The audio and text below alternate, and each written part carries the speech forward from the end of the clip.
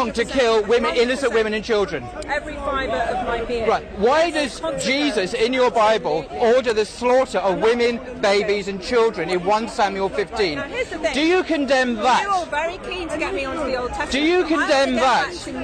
Answer the question. See how she's running away.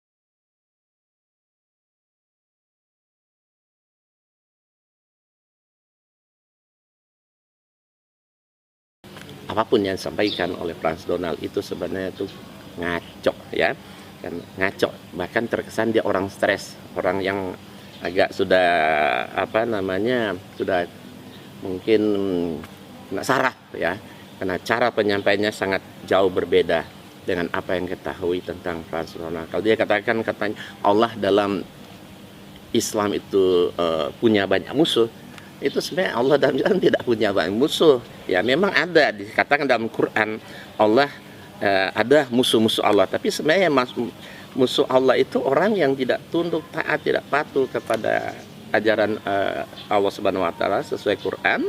Maka dalam Quran ada ayat bunyinya, dan Allah lebih mengetahui daripadamu tentang musuh-musuhmu.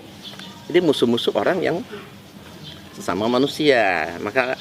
Dan di sini Allah katakan cukup Allah sebagai pelindung dan penolong. Dalam ayat lain juga surat 41 Fussilat ayat 19 sana dikatakan, dan ingatlah hari ketika musuh-musuh Allah digiring ke dalam neraka, lalu mereka dikumpulkan semuanya. Juga dalam surat 41 Fussilat ayat 28 sana dikatakan, demikianlah balasan terhadap musuh-musuh Allah, itu neraka.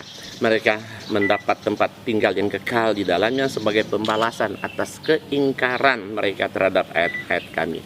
Jadi memang ada ya, dikatakan musuh-musuh Allah, tapi bukan berarti Allah memusuhi, tapi orang-orang yang tidak tunduk taat kepada ajaran Allah ini mereka akan disebut sebagai musuh Allah, dan mereka pasti akan mendapat azab Allah.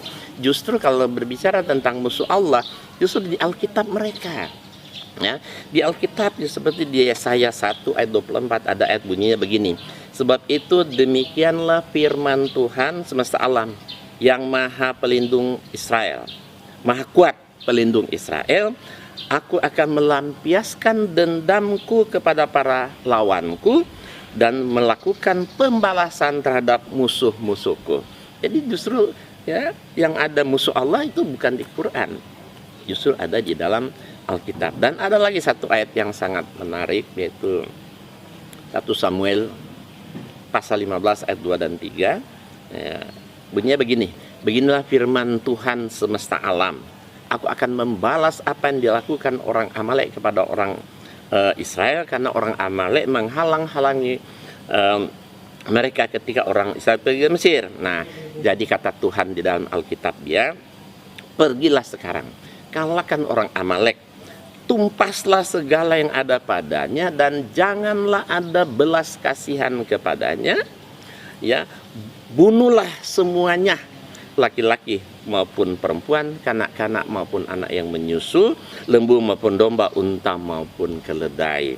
Nah, kita bisa bayangkan ini betapa sangat tidak masuk akal. Masa ada Tuhan menyuruh membunuh, menumpas anak-anak, bahkan anak menyusui pun disuruh tumpas oleh Tuhan di dalam Alkitab. Apa salah dan dosa anak yang sedang menyusu, apalagi unta, keledai, domba dan sebagainya, semuanya dimusnahkan, disuruh bunuh oleh Allah dalam Alkitab mereka. Jadi pada dasarnya tuduhan mereka bahwa Allah dalam Alkitab itu seolah-olah sangat kejam, sadis, justru sebenarnya tidak ada ayat satupun dalam Quran Allah berlaku seperti itu. Justru ajaran sadis, bengis, biadab, teroris itu semuanya ya tertulis di dalam Alkitab mereka gitu.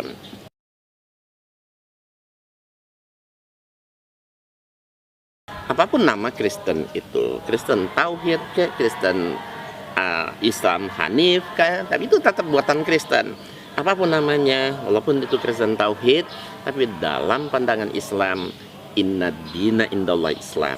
Ya, al-yauma akmaltu lakum dinakum wa atmamtu alaikum nikmati wa raditu lakumul Islam dinan. Jadi selain daripada Islam tidak benar, ya, bahkan siapapun mencari agama selain pada agama Islam tidak tertolak, ya, bahkan mereka akan mendapat azab Allah. Wa may yabtaghi ghairal islami dinan wa la yuqbal minhu wa huwa fil akhirati minal khasirin. Bahkan di dalam surat 57, surat Al-Hadid kan salah, surat Al-Hadid paling akhir ayat 29, apa dikatakan di sana?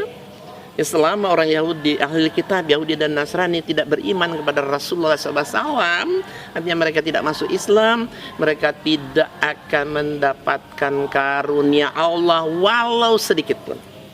Ya, jadi apapun bentuk Kristen itu tetap menurut kami umat Islam adalah kafir.